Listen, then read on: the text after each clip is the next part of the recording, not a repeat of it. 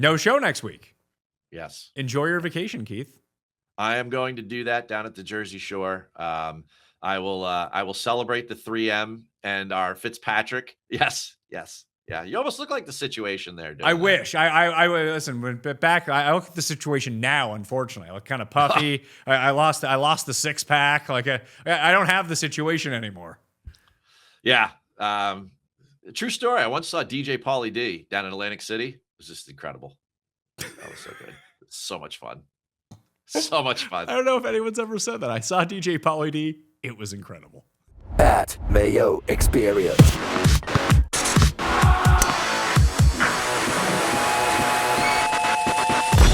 This is the final word on the Open Championship with me, Pat Mayo, presented by Underdog and Keith Stewart of ReadTheLine.com. Sub to Read the Line down in the show notes right now. Sir, you are not at Royal Birkdale, but you're repping across the CIC.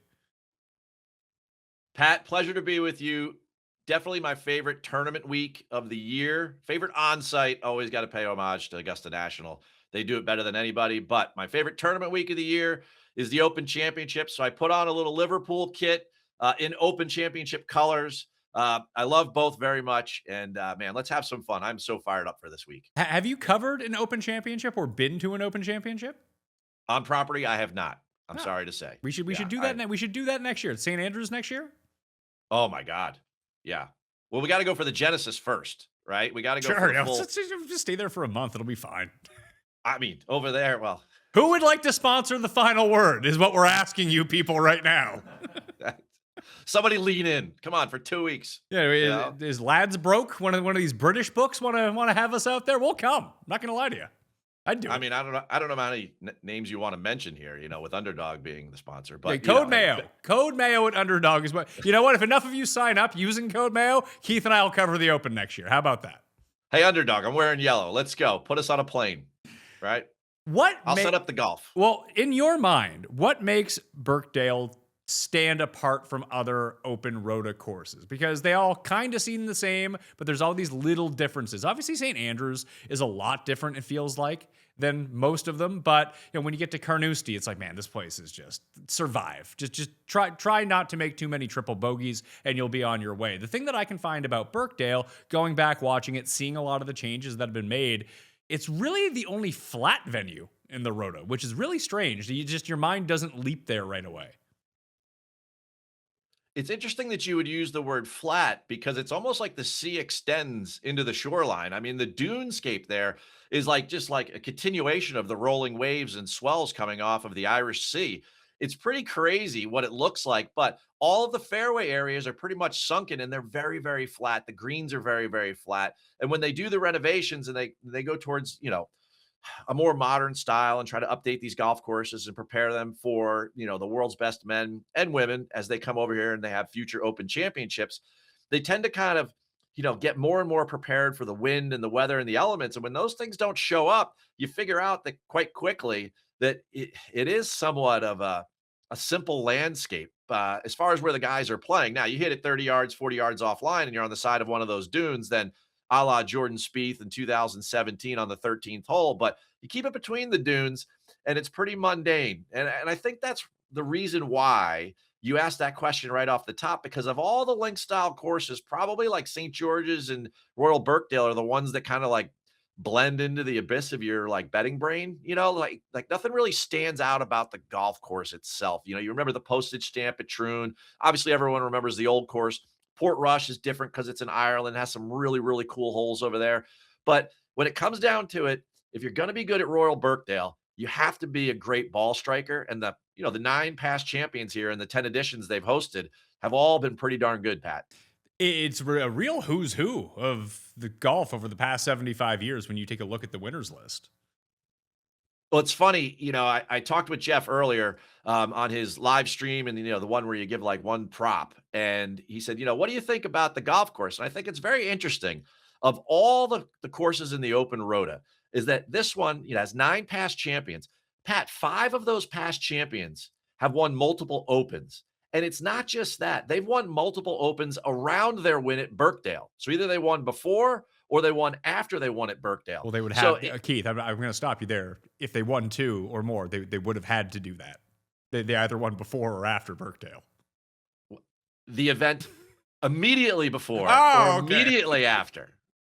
That makes far more sense. So Great. Tom Kim, easy winner, check. Well, no. Or No, whoever no, no, wins no, next no, week. So Kurt no, no, no. Kitayama defending next week. He's No, gonna no, win. no. Now, you know what? This makes sense. Jeff was giving me that usual look that he has at the register at TGL events, like he was looking at me. I didn't explain this properly. All right. Let me go back through this.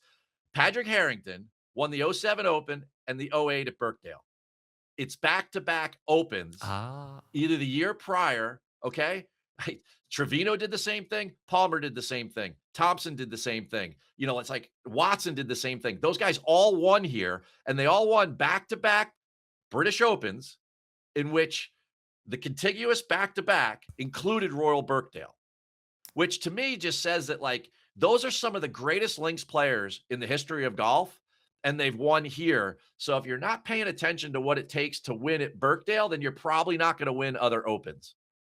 I would probably comp, and this might not be a great 1v1, but the one that reminds me similarly enough to Birkdale, whether it be the layout, leaderboard crossover, and the skill set that plays the most, is actually St. George's, which you had brought up earlier. That if I was going to look at one of them, that's where Morikawa ended up winning, I guess 5 years ago now. That would be the one that I would look at. Because the conditions this week seem relatively benign, honestly. No real gusty winds, not a lot of rain. It looks like a week where I kind of wish that I was over there playing, honestly. Well, if we went over there, we'd have some fun playing. And I guess you could say that the weather conditions are somewhat favorable, but I don't think the turf conditions are all that favorable for these guys. Well, I think probably go ahead. I was say it's firm and fast. I was texting with Mike Kim. He's just like, he's just like hit a putter off the tee and it's going to roll out 300 yards. And that's the thing. Like, if you're looking for comps, it's easy to say, well, okay, Royal Liverpool and Royal Lytham and St. Anne's, they're right there on the western coast. They're the ones that are the most closely related to Royal Birkdale.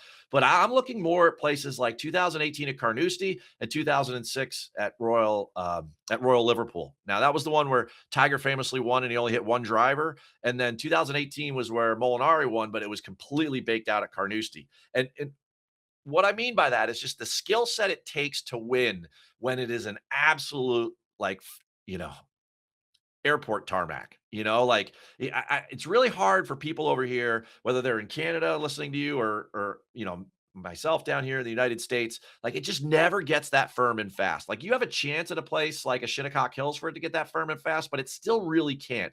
Like the conditions that those guys are playing under this week is like literally like playing in a mall parking lot. Like try to stop a golf ball there and not end up with it in the sewer or someplace else, like it just will not stop rolling. And golf is one of those like unique professional sports where you got to stop the ball. Like every other sport, you don't have to stop the ball. And you're trying to make it go into this 4-inch hole. It becomes a really, really interesting contest. And like, those are the types of comps you should be looking for. You should be looking for super, super firm conditions because the skill sets that required there will apply to other firm and fast conditions. We saw a little bit of this last week up until Saturday. A little bit, sure. But at the Renaissance Club, one of the things that we successfully capped, although it was Tom Kim and didn't quite fit the mold, but then you see everyone else on that leaderboard. It was like a spray and pray off the tee. Like, even Tom Kim hit 55% of fairways. It didn't really matter that if you were in the fairway, you were in the fescue. It's a severe penalty to be off the fairway this week. You're in 4-inch rough or gorse bushes. I guess maybe I'm primarily talking about what it's going to cost or what it's going to take in order to not lose strokes and cost you, as far as approach and scrambling goes. Because go ahead. No, I got nothing. No, I thought I heard you there. If everyone's using an iron off the tee, then basically so many of these fairway shots become par threes. And then from the fairway, it's just another par three that you're hitting into the green. I mean, the emphasis or the amplification of approach play this week, I don't think it can be undersold. I think you need to be really, really good at pinching your irons off very, very firm turf. People go Gaga over Goddard, because the way he plays in links golf, but he has a lot of shaft lean and he traps the ball very hard. Like you're going to need guys that are really, really hitting the ball well with their irons, a la guys like Hovland and Fitz and some of the names that I'm sure we're going to talk about. But like, that's the direction you want to go. You're not you don't want to lean into guys like John Rahm right now that are struggling with their iron play.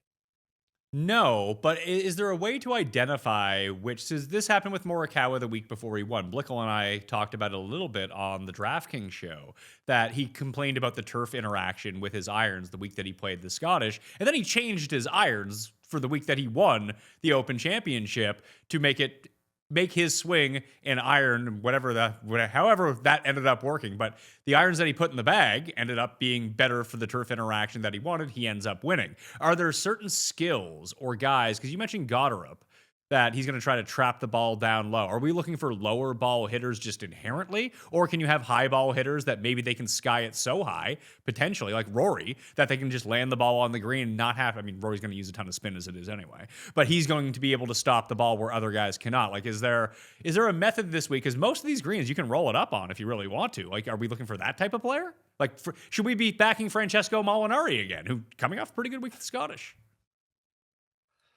If you back it up to Bay Hill, I criticized Fitzpatrick by having too low a ball flight to play American style golf on firm greens at a place like, Arnold Palmer's spot.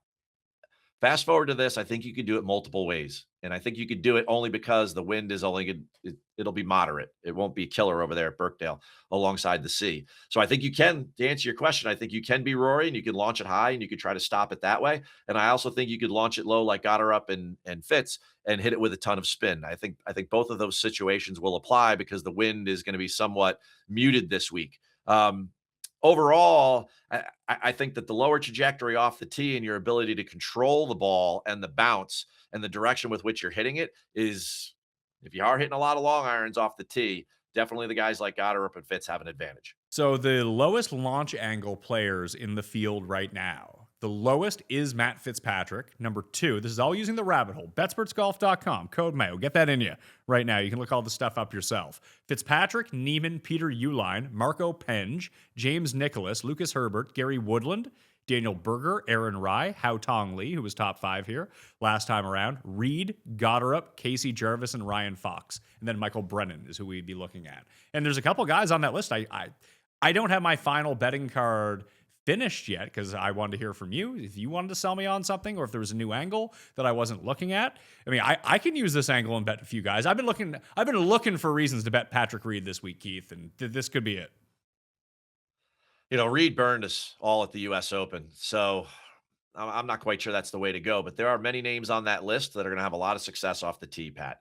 And I think that's going to set them up for more scoring opportunities going into each and every hole. And I think that it's a smart play. I think that if you're really looking, if you want to filter it even more, get the guys that hit it more left to right with their ball flight trajectory. If their shot pattern, their DNA is a little bit more of a fade as a right-handed player, then that's also going to fit off the tee as well. A couple of the holes down the stretch, 13, 14, 16, 18.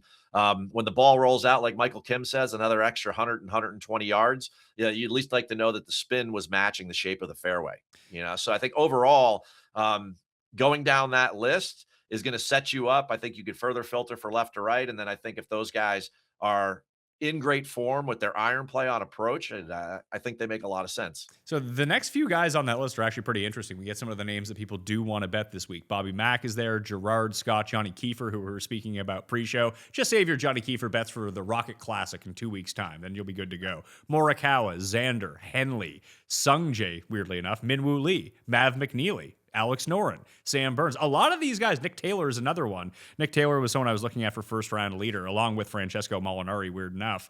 That Patrick Cantlay is another one on that list. Sam Burns is another one on that list. That maybe that this is the, like, if you're trying to pick a lane, and we speak about this more in terms of DraftKings teams, like when you're putting fantasy teams together, you can put similar style players together. Because if you end up being correct about that specific skill, or that's how it plays out, you get everything right. It's almost like a 6-leg parlay down the list. But I don't hate doing that with how I want to attack betting angles either, to try to find some undervalued guys. Because a lot of the names that I mentioned, some of them weren't around 8 years ago, 9 years ago, the last time that we played here. But a few of the names I listed out that were finished inside the top 10. Hey, my favorite prop, you mentioned his name right there. My favorite prop I gave out to Jeff on that little live stream was Maverick McNeely, top 40. I like Maverick McNeely this week. He's got 7 straight top 40s in major championships, Pat. He's got 16 starts this year, 14 of them are top 40s. Now, I know that doesn't mean outrights, but I'm just talking about that style of player fits not only here, but he also fits major championships because he's so well-rounded. I mean, like, that's the type of skill set we're looking for. And then we're just drilling down even further because the test is going to be very, very precise when it comes to approach play. And if you just keep bouncing off of greens with this, like, this big, like, Birkdale firm bounce, then you're just going to be chipping and, putting using the Texas wedge way too far often. I think it really comes down to this is going to be an approach fest. And some of the guys you've listed there and some of the ones that we continue to talk about, make a ton of sense to me. I mean, like, the way that Victor Hovland is hitting his irons is going to be very, very helpful and advantageous to him, give him a huge edge, not only just on approach, hitting a bunch of, like, short to mid irons and scoring irons into greens, but off the tee as well. He's going to hit a ton of fairways, even with 60 yards of rollout. And that over the course of 72 holes is an edge. Top 12 players right now over the past 4 months entering the Open in strokes gained approach. Number 1, Francesco Molinari, Keith. 4 rounds of data. That's all we got. But per round, he's the best by far, even. I mean, that and $20 will get you $20. Hey, listen, as we've seen first round leaders be weird guys at Open Championships. Like the last time it was here, it was actually 1 and 2 on the leaderboard. Cooch and Jordan Spieth, along with Brooks, were all first round leaders. But other years, like Dan Brown, we had guys I had never heard of be first round leader last year. That Molinari wouldn't be crazy. And he's been playing some like he's been getting better. He played at the Italian Open, finished pretty well at the Genesis last week. It wouldn't be crazy to see him do. What does this course demand? Accuracy, good irons. Like that's basically all he can do now. I mean, this golf course is going to demand a lot of long iron play because you're going to do it off the tee and you're going to do it on a couple of the par threes. And Francesco Molinari, throughout his career, that's one of the places he's always separated himself. Think about the places over in the United States where he's been good. I think of like Torrey Pines. How many long irons do you have to hit there? Now, Bay Hill. It's not always Bay Hill, exactly. Like, it's not always places that you have to do it from the fairway. It might be from the tee to get to the fairway, and that's the case this week. Molinari, Neiman, Eugenio Chacarra, Lucas Herbert, Matthew Jordan. Those are your top 5. None of those guys have more than 8 rounds of stats over the past 4 months to look at. When we get into the bulk of the players with over 30 rounds to look at on strokes gained approach, Tom Kim, Matt Fitzpatrick, Alex Fitzpatrick, JJ Spawn, and Scotty Scheffler. I have bet 2 of those guys, and I'm considering one of the other ones. So you've bet, I heard some Spawn noise. So Spawn's 1. And Fitz is the other? Yeah, Matt Fitz is the other. Yes, of course. Yes. Well, Matt, is Alex even a bad look? from a ball striking perspective, no way. He had a disappointing week last week, but I coming home to England, there's a lot of good vibes, man, for the English guys. And I heard the other show, and I feel very good about betting anyone from England right now. You should. How do you stand on? So you like Mav McNeely top 40, as was discussed. That Cuss picked Mav McNeely to win the Open Championship when we did our Open Championship preview show and Majors preview show back in December. Mav McNeely no longer appears on his list of players to win. Is that like rocket fuel to Mav McNeely, or is he going to have the stench of the curse on him long term? I mean, he's going full Tom Cruise this week, then Maverick. I mean, it's all good. I mean, there were a number of gems that he laid on people, but I feel very good about the English. Not only that, but the World Cup. I think the reverse curse would like totally kind of fit to this week. And watching somebody like Justin Rose or Matt Fitz walk up, the 18th fairway on midday Sunday, right before England, starts and kicks off in the World Cup final. I think that's a great thing. Although my highlight of the show was him taking Haotong Li because of his performance in 2017. Now, I'm not sure that he's aware that there's 4 rounds to every tournament that's played, but Haotong Li shot 7 under in the final round of the 2017 Open Championship at Royal Birkdale. Do you remember what his final score was, Pat? I believe he was 6 under. He was. Which quick math means that the rest of the tournament, he was 1 over. He did it all in one day, but that's all right. Let's ride the Haotong Li miscut train.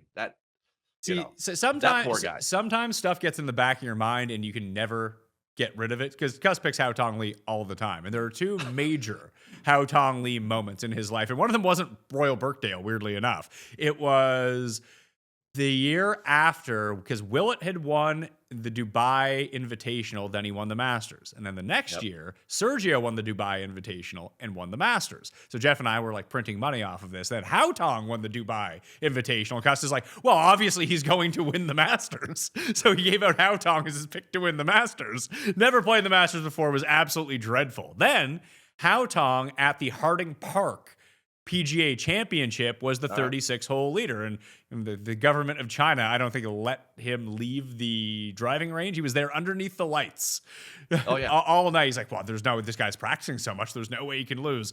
I know you can't miss the cut after making the cut and being in first place, but he may as well have missed the cut at the PGA Championship that year because I think he finished like 68th of anyone who made the cut. It was crazy. DFL. Nice. But just Yeah. every time, even at the Masters this year, Cust was all over Haotong Li, and he made the 14 on hole 13. No, I remember it was COVID. We were all stuck at home watching that event, and they kept going over to the practice area, and they kept showing Haotong practicing like 6 hours after his round. It's pretty comical. Yeah. How big, just as a complete side note, let's live in a world where I don't think Haotong's a terrible pick this week, just based on his odds that if he can linger around, he has that low round in him. Obviously, he was top 5 at the Open last year. He was top 5 at this Open 9 years ago. Has had some spike performances. So obviously, he plays really well at links golf. I don't think it's a crazy pick. I just like to give him a hard time about it. However, if he won, what would that do for golf in China? Would it be a big thing? Like, would that be like a breakthrough point in Chinese golf where all of a sudden we'd see the next run of Chinese golfers? Or, like, I have no conception of how golf is perceived within China. You know, it's a great question. I honestly don't either. And I'm not sure. The guy's got a great personality, and he was good at the Masters, until he made like double digits on 13 on Sunday. But he was in the mix. Which for his record this year, it's like with Aaron Rai, like he hasn't done much, but then he won a major, so like stranger things have happened. It's been a while though, since we've had like a super outlier. Before I say that, let me think real quick. I can give you the list. The super outlier for the Open Championship is Louis. You have to go back 15 years. That's the only one that really is like, that doesn't make every other way that you want to finagle it. Like, each of the past 15 winners of the Open Championship have had a first or a second at a major already in their careers, which kind of tells you the class that we're dealing with here. That people do in their minds have that Todd Hamilton, Ben Curtis type of mentality to the Open Championship, and that just hasn't existed in 3 decades. Yeah, I mean, is Harmon the only triple-digit winner since Louis? He is, yes. Off the top of my head? He is, but even that year, I think that he was like Right, 23rd in the world golf rankings. Just he was good. Like, I totally get that. Like he fit all the criteria that you would need. Just people don't like to bet on Brian Harmon. Yeah, I can see that. Yeah. No one wants to put it this way. You don't want to spend 8 hours watching him in a final group. Although you could say the same thing about Tom Kim, and I enjoyed every minute of his coverage last week. I mean, Tom Kim on Sunday could not have been any more impressive. I think back, and obviously I had a vested interest there, in my morning and your morning and everyone's morning that followed us at the Evian with Brooke was a little disappointing, to say the least. It was a roller coaster because it was dead. It had no chance coming into the day. Then all of a sudden, back-to-back eagles, you're like, oh, here we go. And then it took a turn the other way again. I was like, well, she has absolutely no fucking chance again. Missing 3-footers everywhere. And then an eagle on 18. It's like, oh, here we go. Well, what happened on the playoff? I didn't see the playoff hole. I was driving. And I was driving my kids to my dad's farm. And I was like, shockingly enough, there was not a live stream of the LPGA from the Evian Masters in France. So I don't know what happened. How did she par that hole? Well, you saw the 71st hole and the bad 3-putt, right? You saw the shutdown of that putter, like as she came through that stroke, and the thing, like that dying quail fell like low right of the hole on the low side. She did the same thing with the tee shot on the first playoff hole. Quick snap hook. I bet she didn't hit that ball in the air more than 185, 190 yards. She was 94 yards behind Heyran Rue. Okay, after the tee shot. 94 yards. It was like the time that I forget what year. Oh, it was 2017 at Glen Oaks when DJ drove it across the pond in the playoff versus Spieth, and there's that famous picture of DJ in the fairway, like crossing in front of Jordan, and you're like, where's Jordan over there? Like he was like 100 yards behind him. Yeah. It was exactly like that. And, Heyran's big thing is she can't putt. And if she's figured that out, that's why she's won 2 majors in a row. But from where she was in the fairway, she was going to hit the green. She was hitting like a 7-iron, and she was obviously in good form. She shot 60 the day before. And, Brooke had to lay up. Brooke then, she was all of a sudden she lays up to the wrong yardage. It's like, what's the caddy doing and everything? Like, come on, what are we doing, folks? Like, we have a major championship here. It takes me back to the year before where I lost with Gino because Grace Kim, she hits it over there in the fishes. Then she comes out of nowhere and chips in for birdie and gets to another hole and then eagles the next hole. I'm like, I'm totally cursed with that event. I should probably go accustomed to that event in order to excise the curse, and like we should both be there in Evian, like drinking water on the 18th green when we win. So that way I could like get rid of the demons that surround me in that event, which I've won before with Brooke in 22. But 66 on Brooke is just a ridiculous number. There were some ridiculous numbers in that field. Lydia Ko, top 10s. She was in the 40s. Brooke was way up there in the 60s. She was third at the KPMG. I mean, that was just a great number. She makes 3 eagles in that round, including the 72nd hole, and we didn't win. And, so to watch Tom Kim poke and pod strategically around that golf course and hit super high leverage long irons, that shot on 10, that cut that he hits over the top of that tree in to make birdie when that was the hardest hole on the golf course. And then if you go back and look at the tape, when he hits it, he spins the club. Like he knows he's like, I just nutted that thing. Right there. It's like all over the face. It's like, boom, right? Knocks it in there tight. Did the same thing on 16. That was a great 4-iron. Man, it was a pleasure to watch. And there's so many times, I'm sure, in our lives, we've watched guys where like, parts are falling off the race car as they're coming into the finish line. If you had just tuned in about 3 hours later to the ISCO, you would have saw 12 guys do that. Yeah. So, I mean, case in point, Tom Kim just looked so tight going into that. Even when he had to get up and down on the last hole, I was like, well, this guy's only missed 1 up and down all week. Like, he's got a decent lie here. I give him a very high chance with which to get this up and down. And even then, I didn't feel like, Minwoo was going to birdie the last hole, a difficult hole. So, that, pin location was super tough up there against the right side bunker. So, like, I mean, that was just such a pleasure to watch versus the roller coaster of Evian. And I wasn't involved in the ISO, but my condolences. It's okay. When you bet on Lucas Glover, you have to know that this is coming. Although I didn't expect him to start yanking wedges. That wasn't on my bingo card. To be like, missed 2-footer? Absolutely. He had those as well. But when the wedges started going to shit, it was like, oh no, this is the end of old Lucas here. But oh man, if you had a chart, I always give you rapid fire questions, and sometimes I say rate 1 to 10. If you're talking about nice guys on tour versus not nice guys on tour, 10 would be Lucas for nice, and 1 would be Harman for sure. Really? Yeah, not the nicest guy. No. Really? No. People give Cantley a tough time, but Cantley's not tough to talk to. He just, if you say something, he might counter you on like what you say and be like, why is that? And a lot of people take that as like him being a jerk or something like that. But I think he's just inquisitive by nature, and he's a little dry, I mean, I guess that's saying that Birkdale's dry, but like, at the end of the day, but like, I mean, there's certain guys that like can't be nicer. Like a Sahith Theegala, that guy will say hi to you from like across a fairway just to like make sure that, like you feel like you're welcome being there, like covering the event or something like that. And then other guys, they won't give you the time of day. It's kind of brutal. If there's one thing I've learned over the past few years, it's that getting good sleep is the biggest performance enhancer of them all. I've had my Helix mattress for years now, and it's honestly held up just as well as the day it arrived. It's supportive, comfortable, and I don't wake up with stiffness that I used to get on my old mattress. And even better, I sleep through the night instead of tossing and turning and getting too hot. And that's made a huge difference in how I feel every morning, because I gotta get to sleep early because I gotta get up early with this newborn running around. Not really running, more or less sitting like a baked potato, but still, he gets up early, so I gotta get up early. And if you're thinking about upgrading your sleep setup before the busy season ramps up, Helix has more than 20 different mattress models, including cooling upgrades for those hot summer nights. So there's something that fits exactly what you need. Plus, every mattress comes with a 120-night sleep trial, a limited lifetime warranty, and the Happy with Helix guarantee, so there's really no risk. And you can head over to helixsleep.com/Mayo to get an extension on the 4th of July sale, still 27% off. And that's exclusive to you at helixsleep.com/Mayo. And after you check out, make sure you enter my show name so they know that I sent you. Listen, every year, right around the Masters, I tell myself, this is the year I'm going to become an outdoor person.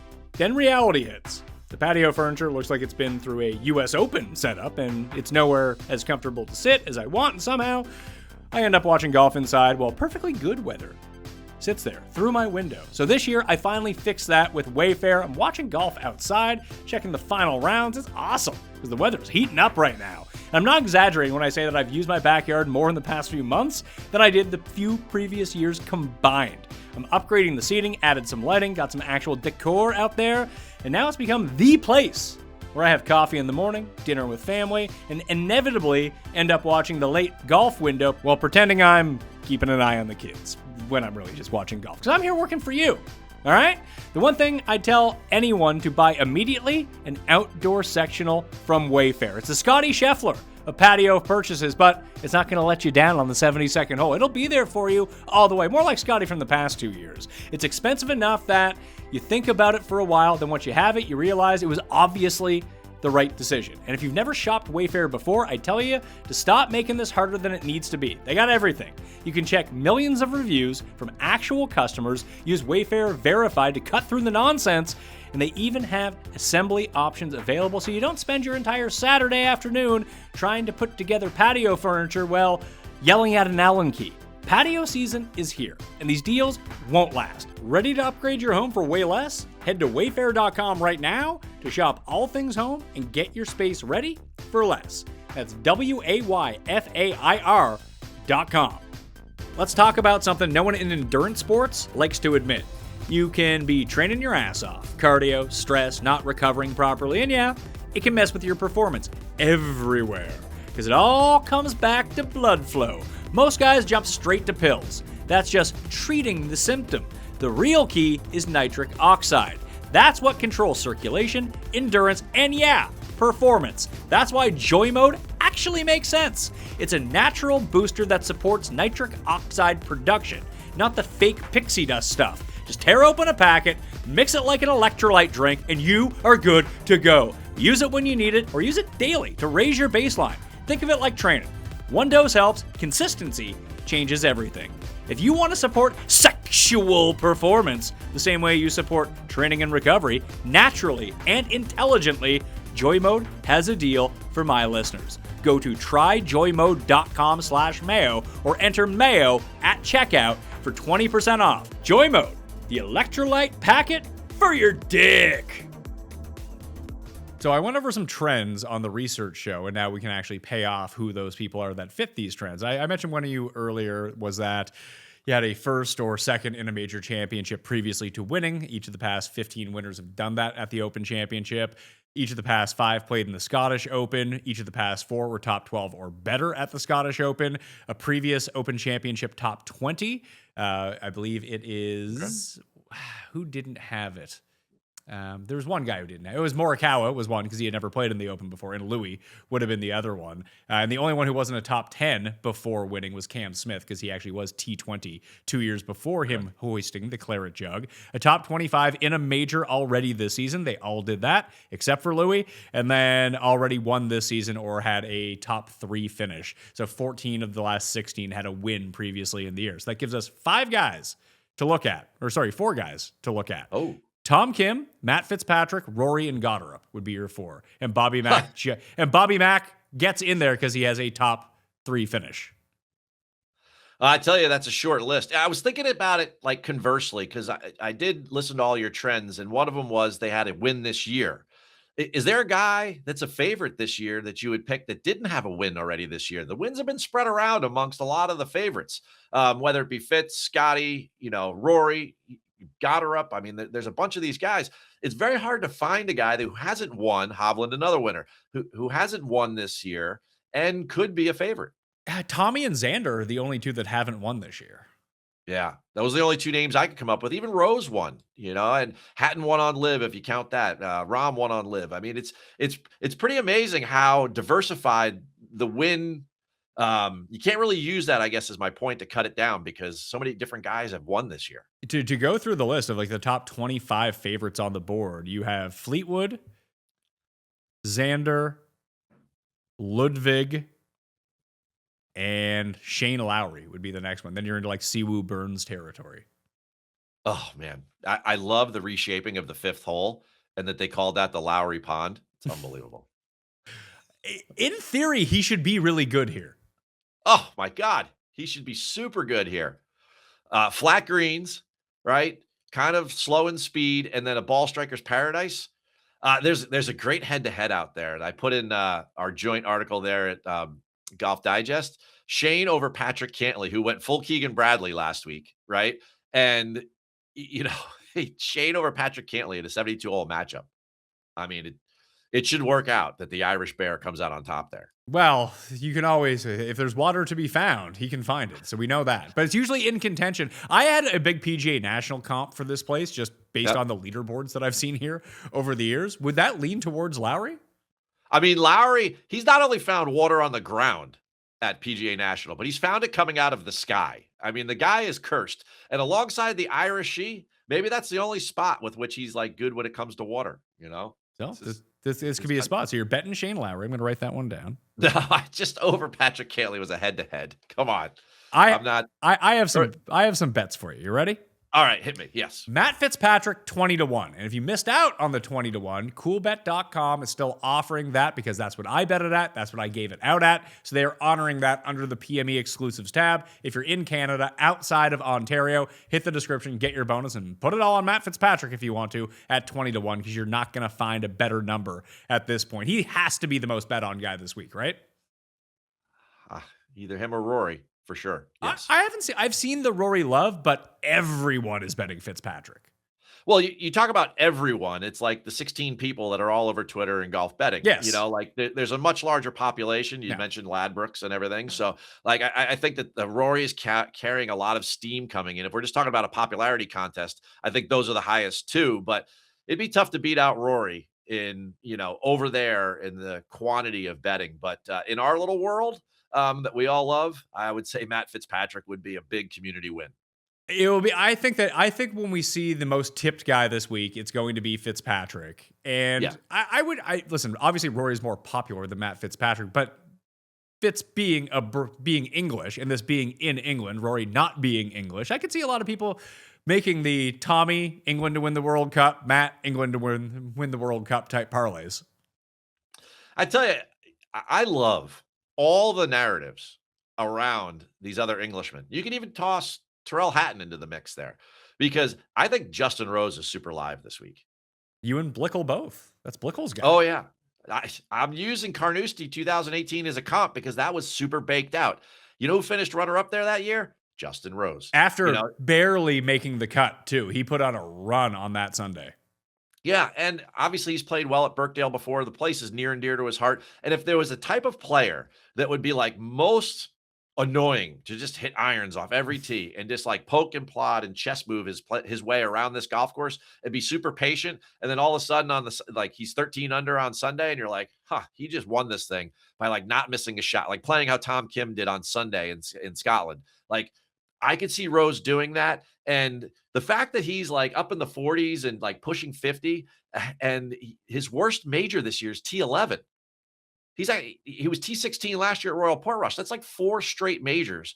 A guy that's 45 years old, or was 44, now 45 years old, has like been in serious contention or part of the conversation. And I think that with all the good vibes that are surrounding this English World Cup team, I think these guys feel a little extra juice. I think they're texting each other back and forth.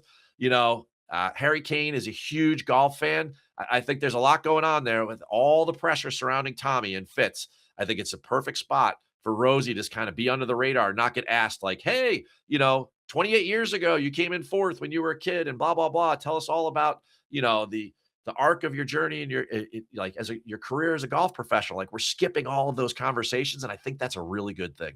If England loses on Wednesday and they are not in the World Cup finals, is that the end of all the Brits?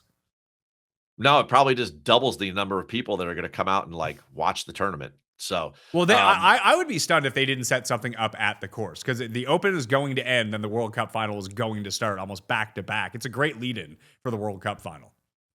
Well, they also said that if England's in the World Cup final, that they're going to start the tee times way early in threesomes.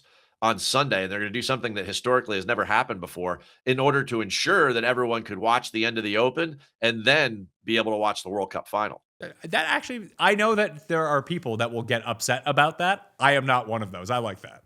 Yeah, I think it's great. I mean, people make a big deal about the Super Bowl, which annually has what, like 165 million people watch it. Like over 2 billion people are going to watch the World Cup final.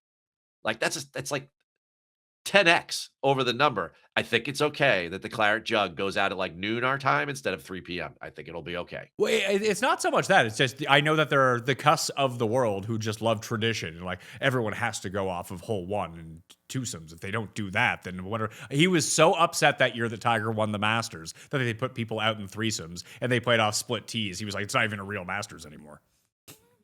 Yeah. Remind him not to put that on his press application if he ever applies. I don't think that we're gonna get cussed to Augusta, Keith. I don't think that's gonna happen. I think that he would learn a lot about golf if he would go about what real golf is, right? Rather than like through his lens. I think honestly, it would be a very good experience for. I think it is a bucket list for everyone, and I think it's kind of cool if you get to go to any major championship. I think that everyone should have the opportunity. If I could wave my magic wand, I wish that everyone that was really into golf had the opportunity to go to Augusta National once, whether it be for a practice round or anything else, just to kind of experience what the true soul of golf is all about. I think it's a pretty cool thing. And then probably the only thing that comes close to it would be going over and watching an Open Championship or, an event like this. I had plans to do that this year, that I was going to go over and do the show from the Scottish and then the Open and then like stay for 10 days and play golf. That was my original plan. And that fell through. Turns out it's very expensive, Keith. As I sit here, yes, Pat. Yes. Yeah, so very. If I can cobble together like 40 grand per person next year, then I will. Listen, if I can win, I don't want to promise this because I don't know if I can do it. If I end up winning the Best Ball World Championship this week, because this is the final week, I'm in second place. First place is $40,000. If I win, maybe I'll go next year. Oh, there you go. All right. You might need a tour guide. So PGA resume here. I might need 7 of my bestest of friends to come with me. And listen, if I can film some content while we're doing it after the fact, then maybe I can write it off as a business expense. Everything would be fine. Yeah, I mean, we still got to film some golf content. That's what we got to do. I'm filming. Get your boys under the knife. Yeah, I'm filming with Pizzola in 2 weeks, so we're running a test to work out the audio, work out the camera angles. If we can figure that out, then maybe we'll get you to come up here and it'd be you and Jeff against me and Cust or something, or the 3 of us against you. Oh my God, that would be epic. Or we can just round robin the thing, for a couple days. That would be a lot of fun. I'd love to come up. I haven't played golf up in your corner of the world there, so I would love to do that. At the end of the day, I just love the game. I've been at a golf course my whole life. I was like a bagger at when I was like 13 years old, scrubbing hooks, picking the range. Like ever since then, I'm still talking about and loving the game and every minute of it. So anything we could do with golf, I'm all in all the time. So my pick to win is Matt Fitzpatrick. You get the boost at Cool Bet. The other bets: Bobby Mack 40-1, Victor Hovland 40-1, and JJ Spawn 80-1 with 5 places. The only other, 2 bets on the card, one is from December, is Alex Noren at 175-1. That's not going to win. And Gary Woodland 200-1 with 8 places. 2 guys that historically would hit the ball, generally speaking, the way that we are targeting for this week. So good options at long odds. But I got options here. I'm still floating around Wyndham Clark just above 40-1. You seem to like Rose. Got her up. I like Rose at that number, and I like also right around there is Hovland, but you already have him. So yeah, I like those 2 in that range. But like even Reed and Tom Kim, I think I should give special consideration to. If you like Bryson this week, Cool Bet is giving off 100-1 on Bryson to win. Is there any Cust magic around Bryson this week? Is he a pick? Yeah, he was one of Cust's picks. Yes. So he could go for the quad miscut this year then. I do think that there is a scenario, and it always exists with Bryson. Like when you see in his major performances, not so much this year, but I think he has, over his past 15, I think he has 6 top 5s and a win and 5 miscuts that when it works for him, it really works. I don't think this is I really don't think this is the right course for him. However, Yeah. if everyone's hitting irons off tees, like, you know what? I'm going to hit driver off of every tee, and maybe I'll drive 7 of the greens. Like, it's not out of the realm of possibility. I mean, I think he could drive the new 14th hole at 600 yards. It's straight away. If he could just rip that thing with like a high draw and it gets a good forward bounce, I mean, who knows? I mean, it's like literally hitting it down a runway at an airport. It is that firm. It's crazy.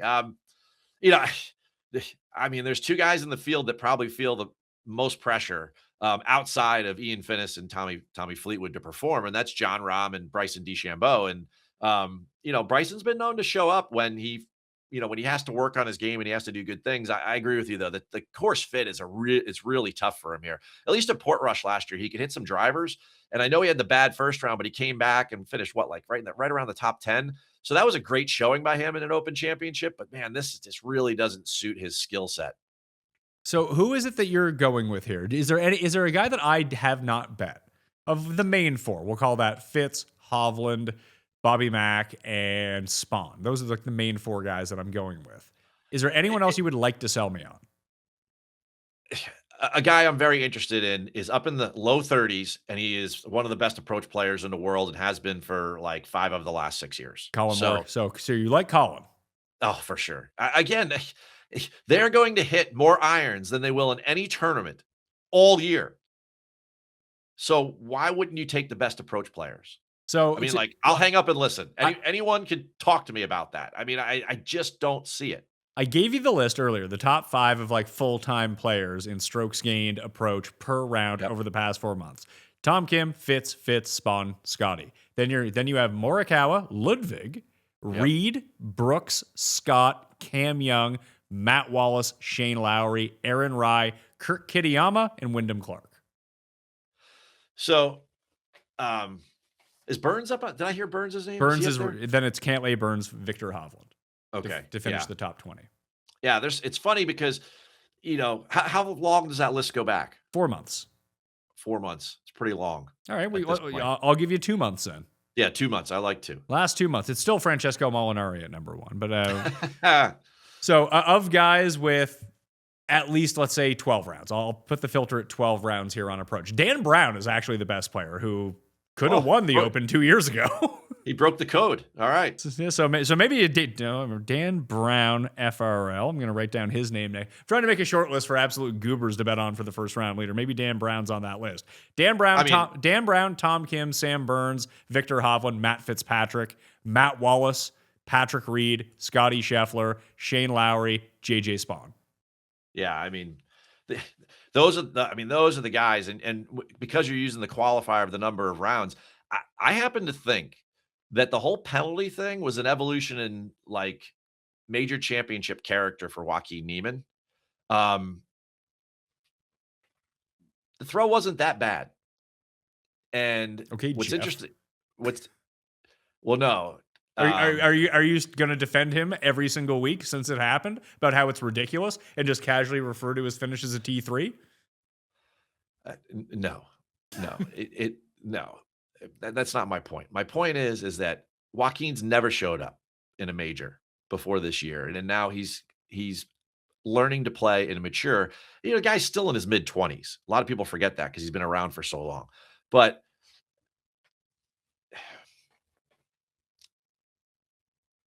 I think with his ball flight trajectory and how good he has been, he's literally been that good of a ball striker, and he has been most of his career. You think about that blowout win at Riviera.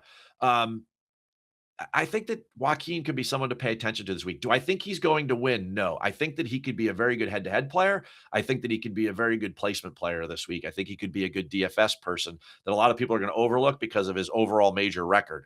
I think that the penalty thing was a good thing for him. I think that his major championship character is going to evolve a little bit. And I like the ball flight and the control. So hitting a lot of long irons off tees and stuff like that. I think that super suits Niemann much more than it does, let's say, somebody like, Bryson DeChambeau for sure. If you take driver out of play, does Cam Smith become an option?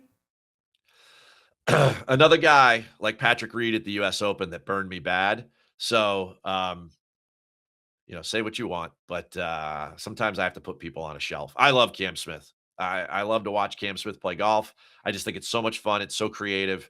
It's like watching Jordan back in the day. I mean, how much fun was it to go back and watch the joy of the little boy Jordan Smith playing golf back in 2017? You know, the recap of like that whole championship and everything, like the smile on his face. We haven't seen that smile in like 3,000 days. It's crazy. It happens. I don't think it's going to happen this week.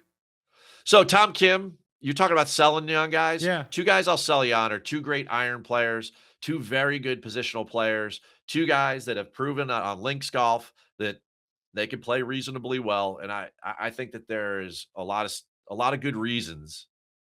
Maybe they're all mine, but a lot of good reasons where there's actual value for once on Morikawa when he has been playing good. And you know the baby's far in the rearview mirror, and then Tom Kim, I could see him going back to back, a la Phil Mickelson in 2013. It's the right course for him to do it at as well. Correct. Where again, when we think positional golf courses, like if you were to like, I know that I've thrown out PGA National, and like we haven't mentioned guys like Russell Henley or Aaron Rye who typically would play well at these places. And I know that the greens are going to be different. Some places are soft; they have Bermuda greens. This place does not. But like, would you try to take a look at a Heritage, Wyndham, Colonial, like the types of positional golf courses that we consider on the American rotation, and the types of players that we like to target at those events? Who, when you get to a U.S. Open, you're like, yeah, that guy's not going to win, but at the Travelers, they could, because you hit it here, then you hit your wedge, and then you make your putt. It's kind of the similar situation here, except you might need to be scrambling a little bit more. Pat, pull up the DeLorean for me, okay? Let's go back to 2017. Why did you take Matt Kuchar? Because he was great at PGA National. And where else is he good? Wailea. He's also good at Harbor Town. So to answer your own question, you knew the answer in 2017. And the Players Championship as well is another place where it's hard to factor out, because the driving here is not going to be like the driving at other courses where there's a big penalty for missing the fairway. The Players Championship, along with PGA National, is one of those places. 3M is another one where if you miss the fairway, it's a gigantic penalty. And when I sorted by courses that were very difficult in terms of that factor of if you miss the fairway, there's a massive penalty for it. Who does the best at that? That's how I ended up on JJ Spawn. Just every time you get to one of these courses, he's just really good at not putting it in the water, or the giant fescue. Like that's kind of his entire game. Kuchar was very similar to that in 2017. I mean, I think it makes all the sense in the world. Do I think Wailea at Harbor Town are like the world's best comps? No, but like for what we're talking about, it makes sense. It made sense to you, 9 years ago, and it still makes sense today. The golf course has changed, but it hasn't changed so much that it's lost its DNA. And even further, when it comes to the contest of approach, you look at a lot of the greens that they've renovated, whether it be 5. And again, I know they're not maybe going to hit a lot of full approaches into 5, but 7, like the way they raise that green and everything, and it's still kind of a flat plateau. A number of these holes that they've modified a little bit, they've already kind of raised the green a little bit, which makes the approach play even more difficult because you're hitting into a flat surface that's above the level of the fairway, which gives the ball even more forward bounce out than it would. So spin and or trajectory are going to be your friend when it comes to using an iron. Just another thing to add on to it, because guys are going to miss greens this week, and they better be pretty good at scrambling. And one of the reasons why everybody loves Fitz so much is and why you would love Tom Kim after his performance last week is that they're great on approach and they're great scrambling. I got 3 bets for Corrales Putacana as well. Oh boy. I have no LPGA this week, which is probably a good thing after the heartache last week. Brooke was my 10th second place of the year. Who do you have for Corrales? I'm interested. Well, when I opened up the odds, Ben James was 55-1, and that's what he was last week too. So I bet him at 55-1. I put that one out on X. I believe he's 30-1 now. Just people saw that number like, what is happening here? So I went with that. I got Aaron Wise at 75-1 with back-to-back good weeks for Aaron Wise. Maybe he's back. Who knows? I think he has his wife on the caddy or his girlfriend as his caddy now. I saw that when I was watching the ISCO. And then one that really stuck out to me, I have no real cap on skill sets. I'm just kind of taking players who play well for Corrales, because we've seen so many different types of players when they're over the years. Just try to find someone who can get hot. Kevin Roy at 65-1. Ooh. Was really strange to me, considering he just top 10 at the Scottish. It's like no one noticed he top 10 at the Scottish Open. I think that's a really sharp play. Kevin Roy, because he's playing very, very well. Now, you mentioned wives and caddies there. Wives, Sam Burns' wife did have the baby. Yes, and I he don't is know. there.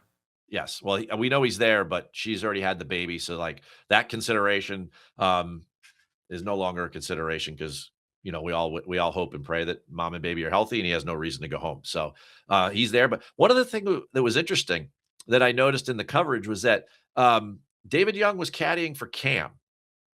And I don't know that Kyle Stravinsky was there or not. I sent some notes over, but I haven't heard back from people. I only noticed it a little while ago, and they're 5 hours ahead, so people are probably past the point of being at the golf course today. But maybe I'll get an answer on that tomorrow. And I thought that was interesting. KJ Stewart, PGA on X, is where Keith will most likely put that out, or he'll have it in the free Read the Line newsletter, which you can sub to in the description right now and get that sent to you, and you'll have it for Wednesday morning when you wake up. Looking at the one and done, where would you want to go here? I know that people have limited options, and it becomes difficult to discuss one and done at this time of year, but obviously this is the last major prize purse of the season. Yeah, you're going to get 2 FedEx Cup events. That's great. It's not going to be as much as this. It's your chance to use live guys. It's your chance to use whoever it is that you want to use. Do you have a preference for here? Because I'm just rolling out JJ Spawn in my big one because I need to catch up and no one else is going to use them, so I'll use them. At the top of the board, like, one of the higher ranked players I have is Ludwig, and Ludwig's driver broke last week as he was heading over. The airline got him, so I don't like that fit. I don't like the fact that he missed the cut either. I have Justin Rose available, and I have Victor Hovland available, so I'll probably use one of those 2 guys. I also like saving Vic for late in the playoffs because he tends to cash on those events. Although Justin Rose won won the St. Jude last year, but I'm probably going to use Rosie just because he's been so consistent in majors and we all want the cash. Yeah, I've used up basically every single one of the top guys. So in the race for the Mayo Cup, I'm not in the money of any of them anymore because it's been horrible. But the 4 guys that I'm rolling through are Spawn, McIntyre, Morikawa, and Hatton across the 4 teams. I mean, Hatton makes a lot of sense if he didn't spend them last week, for sure. I used Clark last week. It was all right till Sunday. I would like to talk about, because there's a world where you can just say, hey, you know who I should bet? Chris Gotterup and Wyndham Clark. They just continue to play great golf, and this feels like it's in their wheelhouse. And if you truly can hit irons off of every tee, I feel like that's a huge advantage for Wyndham Clark here. I mean, it's been impressive because the one skill of the 4 major ones that Wyndham was always kind of lacking was approach play. And he's been really good on approach on this epic 2-month run. I think there's a lot to be said for Wyndham Clark playing very well. I'm guilty of this all the time, Pat. And you know that. We've done a bunch of content at this point, but I always say this, do we live in a world where Aaron Rye or Wyndham Clark are going to win 2 majors in a year?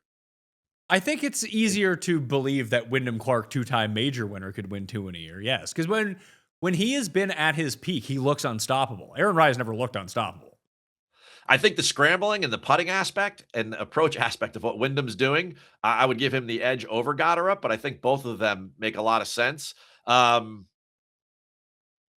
They do. It's very unique that Gotterup is so good at so many different styles of golf courses. It just kind of shows you that if you have really good impact, that your game, can transfer to pretty much any style of golf course, any style of turf, any sort of weather condition. The types of places where that guy's won this year, the fact that he won at Wailea and the John Deere and the desert they're all pretty interesting, Well, I'm not going to bet Gotterup right now, but if he is within 5 going into the final round, just give me Gotterup at 60-1 Sunday morning and be like, well, go out and shoot 8 under, man. Yeah, I mean, and Hao Tong Lee's proven you could do it on a Sunday. You could go deep. For sure. And Gotterup's proven it 4 times now that he almost did it, because I bet him in Houston this year as well, and he almost did it in Houston.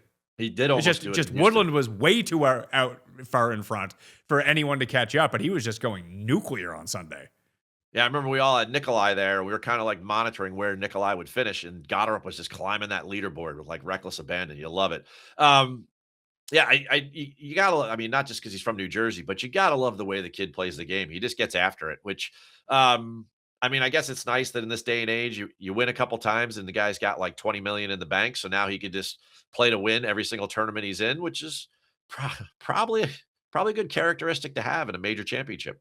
We will get obviously more information once we see who wins the final major. But if you had to do the player of the year rankings right now, well, let's call it our foursome. We've done this a few times. So the player of the year foursome, first team foursome for the PGA Tour so far this season.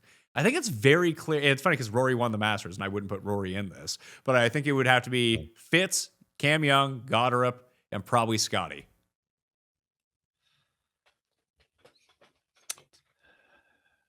Yes. And player of the year is probably Fitz right now, even without a major? Yeah, just because he's had way more top fives than Goddard. Even though they've both won 3 times. Fitz was second. I mean, he was top 5 last week. He was second at the Players' Championship. Like, he has a bunch of close calls. All the close calls, the weeks that I bet Fitzpatrick. The weeks I don't, he wins. I feel bad for the guy that I bet him. I bet him at the U.S. Open where he breaks his driver. I mean, the guy had he went out after 36 holes. He was tied for the lead with Wyndham. I had him too. I remember. Yeah. And the driver broke, and everyone's like, oh, he's just not gaining strokes on, off the tee. And it's like, golly, how do you not know your driver's broken? Oh, God. I didn't even know. Is that true? I did not know that he had a broken driver. Oh, yeah. That's the whole issue at the U.S. Open at Shinnecock. Yeah.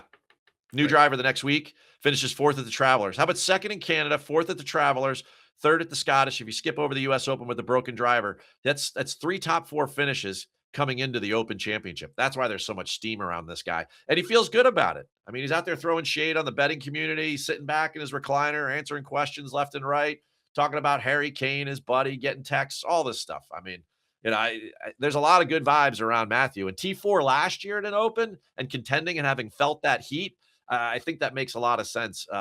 Guys that have won the Open over the last couple of years have had a lot of top 5 success coming in. Now, it's easy to say for Scotty, but some of these other guys, it's been true. Lowry, even going back to 2019. So, I mean, it's why it's amazing to me that Fitz's number isn't lower.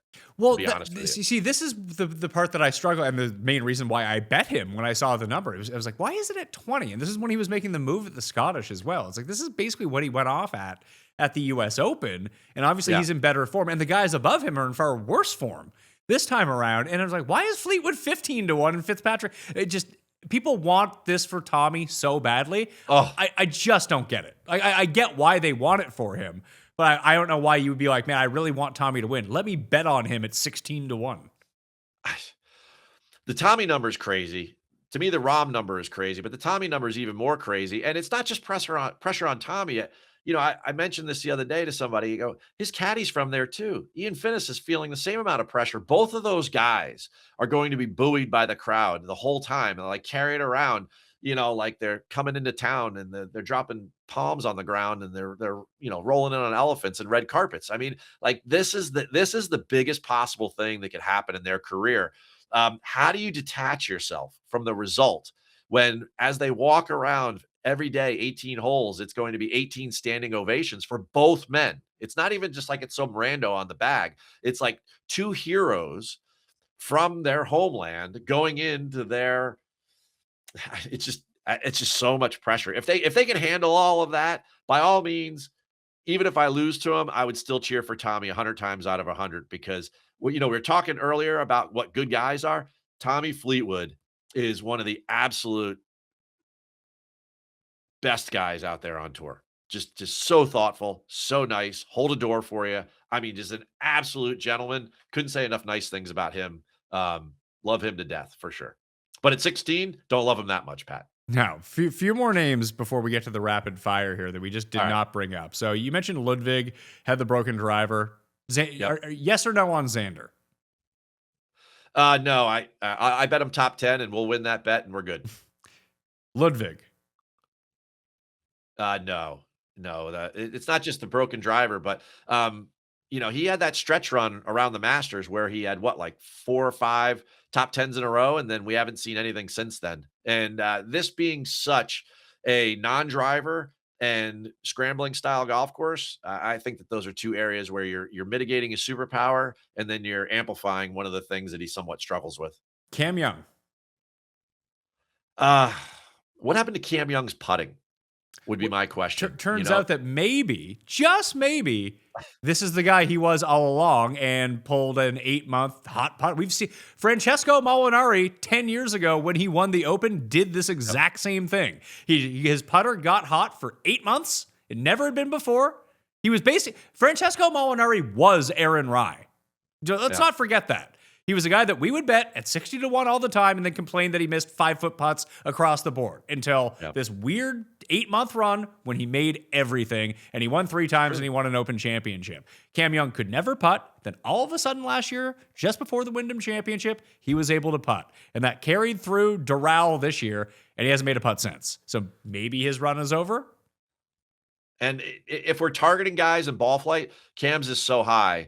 And again, his superpower is the driver. There are other people in that range that I would rather back. Okay, so Russell Henley is the exact opposite of Cam Young, whose skills probably work better for here. Sure, yeah. A 10th and a 5th. And just like Xander Schauffele, bet him for a top 10. You will probably cash, and I think that that's a very solid bet. Siwoo. Ooh. Isn't he? He's perfect outside of putting. Flat greens, slow greens. Probably faster than most Open championships because of how hot and dry it is. A winner at positional Wiley. And Sawgrass. Positional Amex, Sawgrass, and the Wyndham Championship. Yeah.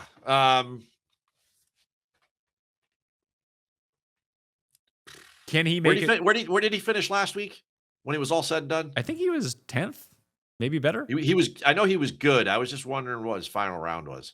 He was good in the final round, actually. Yeah, he's been putting better than you would expect for Siwoo at the moment. Yeah. Let's see. He gained strokes. He was T9 last week.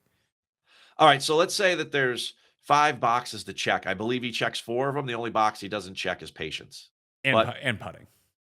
Well, yeah. Maybe you get lucky, right? Yeah, maybe he starts on his own Cam Young and Francisco, putter run for 18 months or whatever it is. I could see that happening. There's other guys around there, but of the guys you've mentioned, he's the one so far that gives me the most pause to think about that I would actually bet.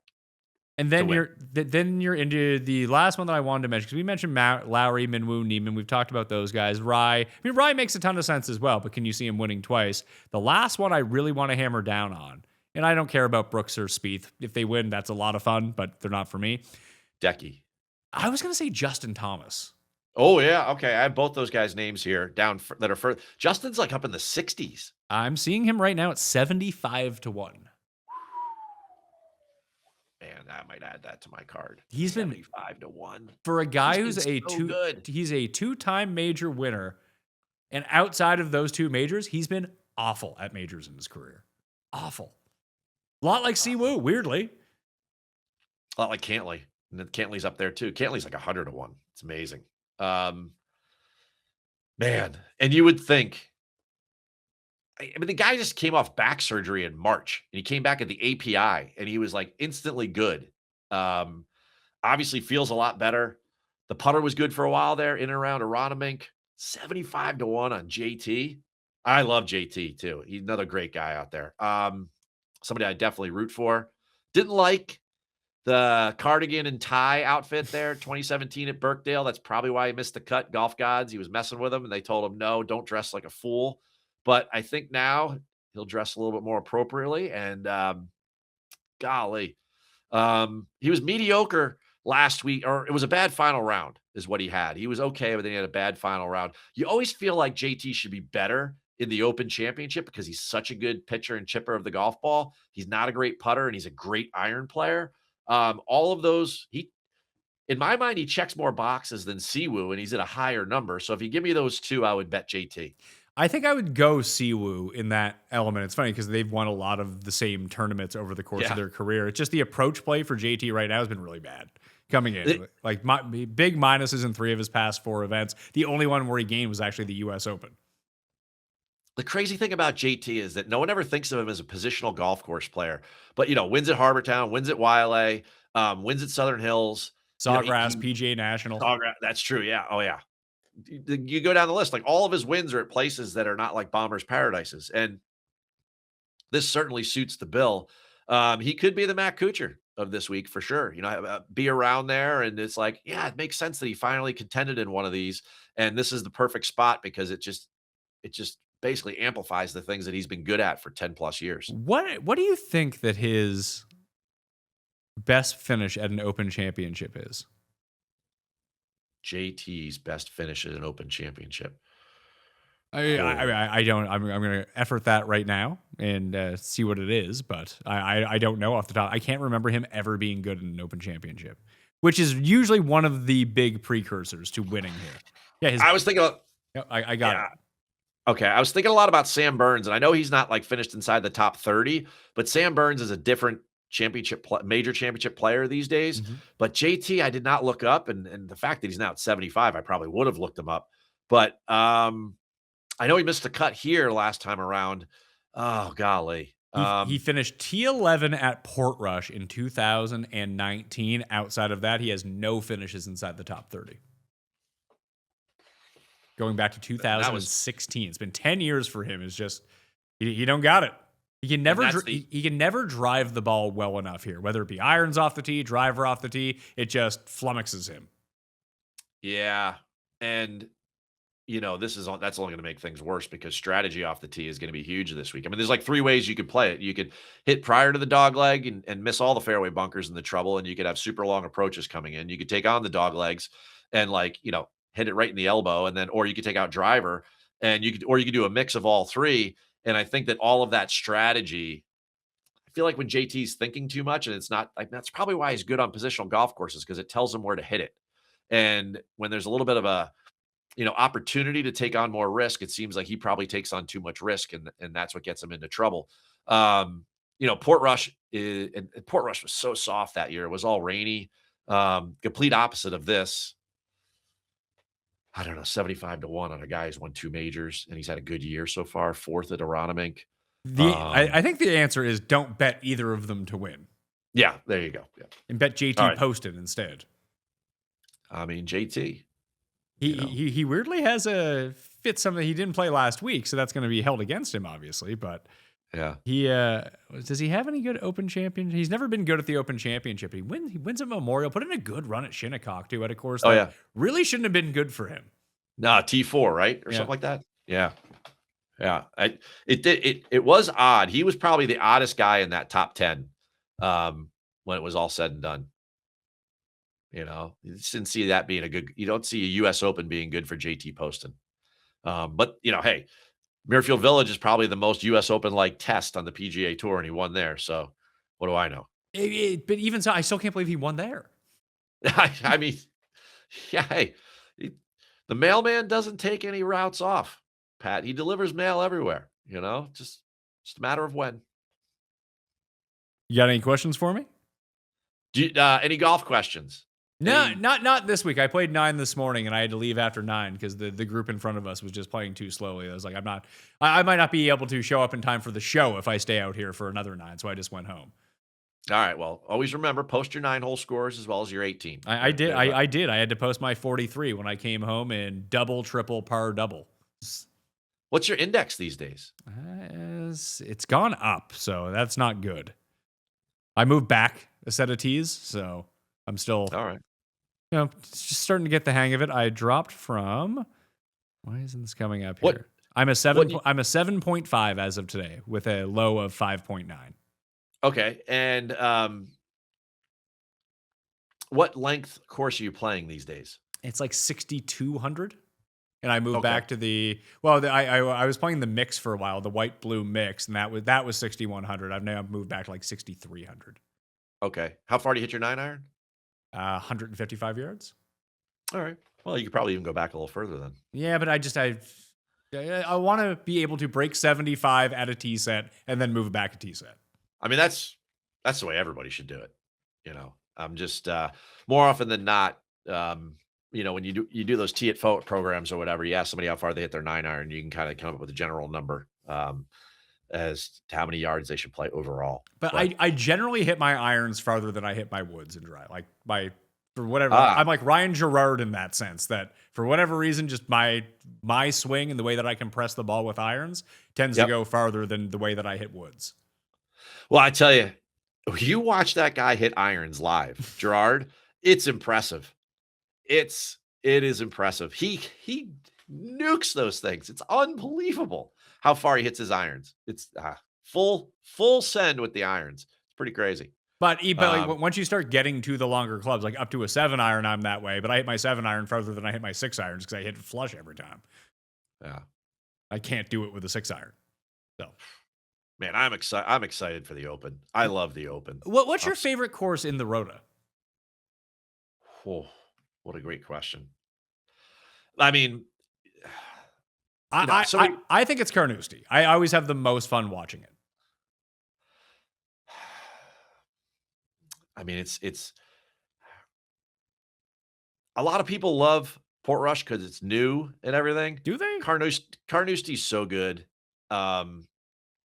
This one is so good. Everyone like kind of defers to the old course, but that's really not that great a golf course. I mean, it's super. I mean, I'm sure it's probably like Cuss's favorite one because of the tradition involved and everything. It's not. Like it's. I like that they go back there every 5 years, but it's a silly golf course for this point in time. I'm not even thinking of it because we haven't been there since 13, but Muirfield for me. Oh yeah, I mean, good call. That's the biggest issue that I have with the fact that they don't move the Scottish Open. And to Jerry Savardi's family and what they've done over there with the Renaissance Club and how they've promoted that event and brought in Genesis, by all means, they deserve to have the event. But it's literally next door to Muirfield, and like they're not going to have them on back-to-back weeks in the same neighborhood. They just can't. There's no possible way you could do that.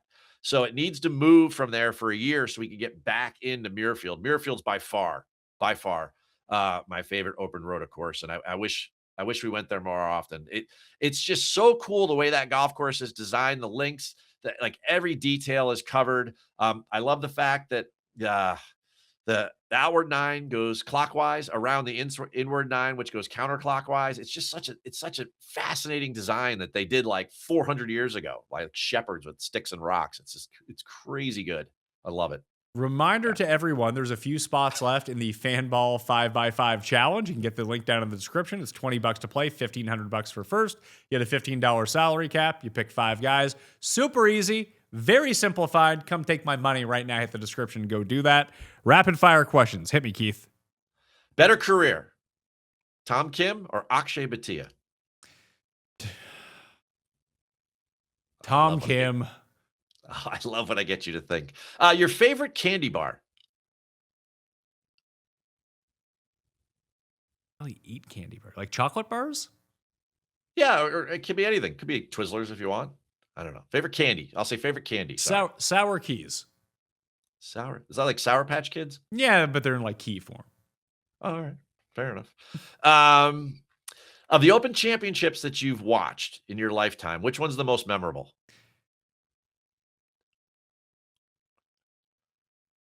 Probably that 2018 at Carnoustie one that you talked about, the Molinari one, coming down the stretch. I just vividly remember Rose making that run. I feel like Andy Sullivan made a run from back in the pack, and then you had Tiger, Kisner, Xander, and they were all like anyone could have won that coming down the stretch. And Molinari made this amazing 10-foot par save. It was either on 16 or 17. It was like, oh, he's going to win. He's making these putts now. This is something he's never done. It felt like he was just going to give it away, and then he made it.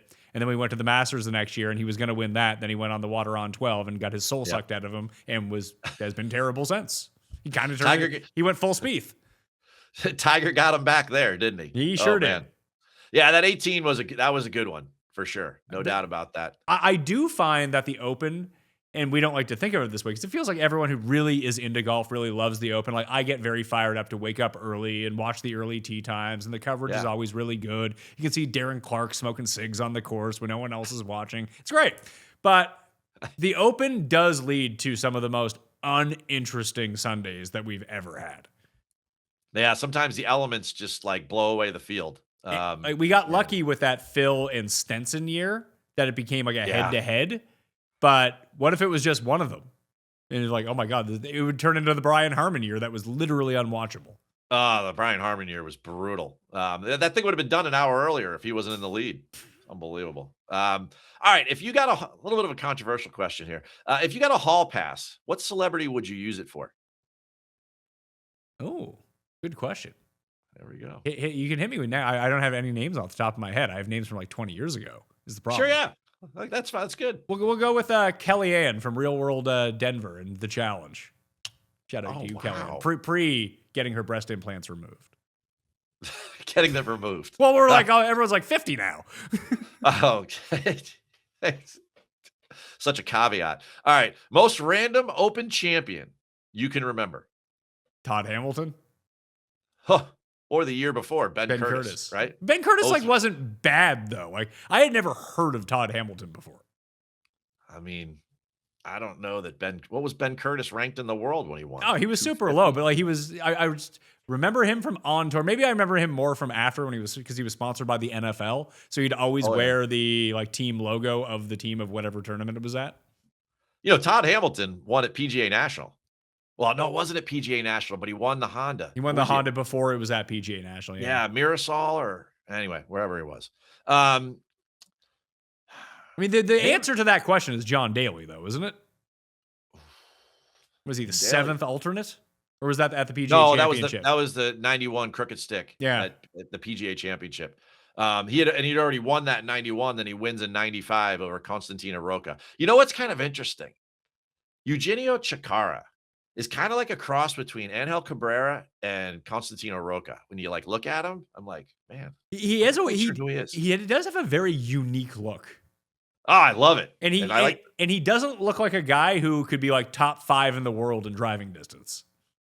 No, he doesn't. You know, but I like the bushy hair and the hat doesn't really fit. I mean, I'm all in on that. Name one mentor in your life. Keith Stewart. Man, just I don't know what to say. Where would Royal Birkdale fall on your Rota rankings?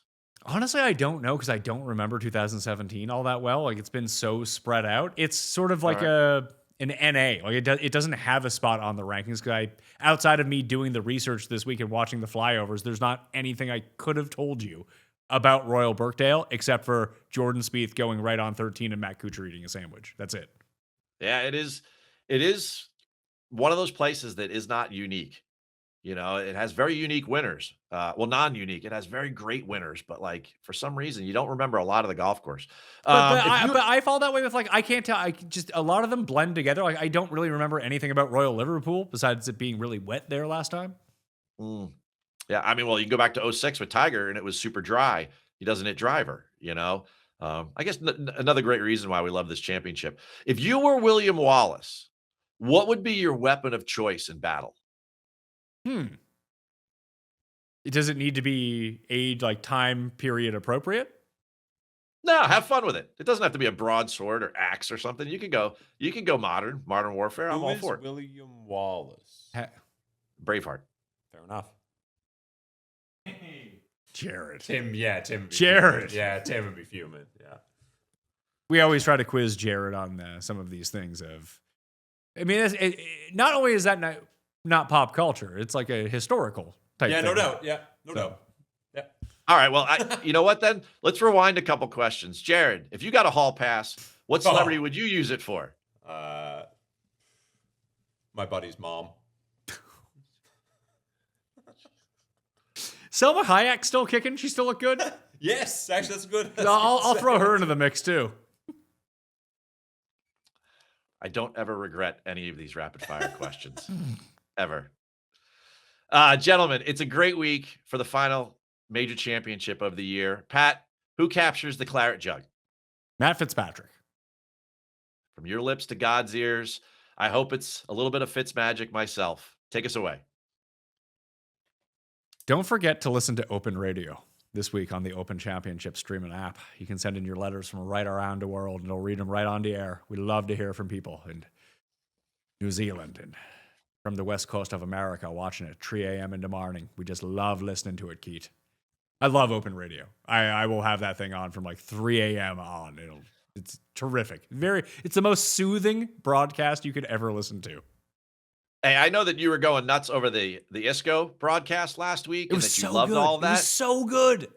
But the simplicity of the Scottish broadcast when they flip over to, the BBC and what we will hear this week on the open radio. I wish people would just take notes. It has nothing to do with the accents. It's just how normal the conversation is. It's so refreshing. It's another one of those details of why we love this week so much. They really lean into just what makes the competition great and the creativity of the players. And it's just another aspect. Great point to bring up. Just love it. So I don't know which broadcast you're talking about because I thought the CBS broadcast was absolute dog shit. I thought it was terrible. They weren't showing Tom Kim drives half the time. There's nothing they love more than watching people walk down the fucking fairway. I don't get it. Like, oh, everyone hit their shots to the par 3. Let's watch them walk to the green. It's a struggle bus for national broadcast TV. Here's a 7-minute package to start the round. Well, people are on like hole 7. The leaders are making a move. No, here's Rory from yesterday. Now I'm sounding like Tim. It's nothing against Rory, but like, why do I care about this? Show me the fucking golf. I mean, it would be nice. Don't get me wrong. The ISCO was like, hey, here's a shot. Guess what? Someone else is shooting. We're going to show them right now. It's like, what? What a novel. And it's very clear there was no money behind this broadcast at all. And what does that do? When you run out of money and you only have limited resources, you show the stuff you're supposed to show. There's no bells. There's no whistles. There's no shit you don't need. It's what people actually want to see. And I thought the commentary was really good. Who was lead there? I think Sands? I don't know who the play-by-play was. I think Nabilo, maybe? No, Nabilo was across the pond. Was he? Then I have no idea who it was. I think Johnson Wagner. No, was Johnson Wagner there or was he somewhere else? No, I can't even. No, Johnson was in Scotland too. But yeah, whoever the B team is did a great job. Yeah, no Mr. T on that one. Let's see. Who did the ISCO broadcast? Never tell me that. They'll never tell me the answer to this question. I'll be here for 10 hours Googling If this. you can find that, we'll be on next week's show. Speaking of which. No show next week. Yes. Enjoy your vacation, Keith. I am going to do that down at the Jersey Shore. I will celebrate the 3M and our Fitzpatrick. Yes. Yeah, you almost look like the situation there. I wish. I listen. I look at the situation now. Unfortunately, I look kind of puffy. I lost the 6-pack. Like I don't have the situation anymore. Yeah. True story. I once saw DJ Pauly D down in Atlantic City. It was just incredible. That was so good. So much fun.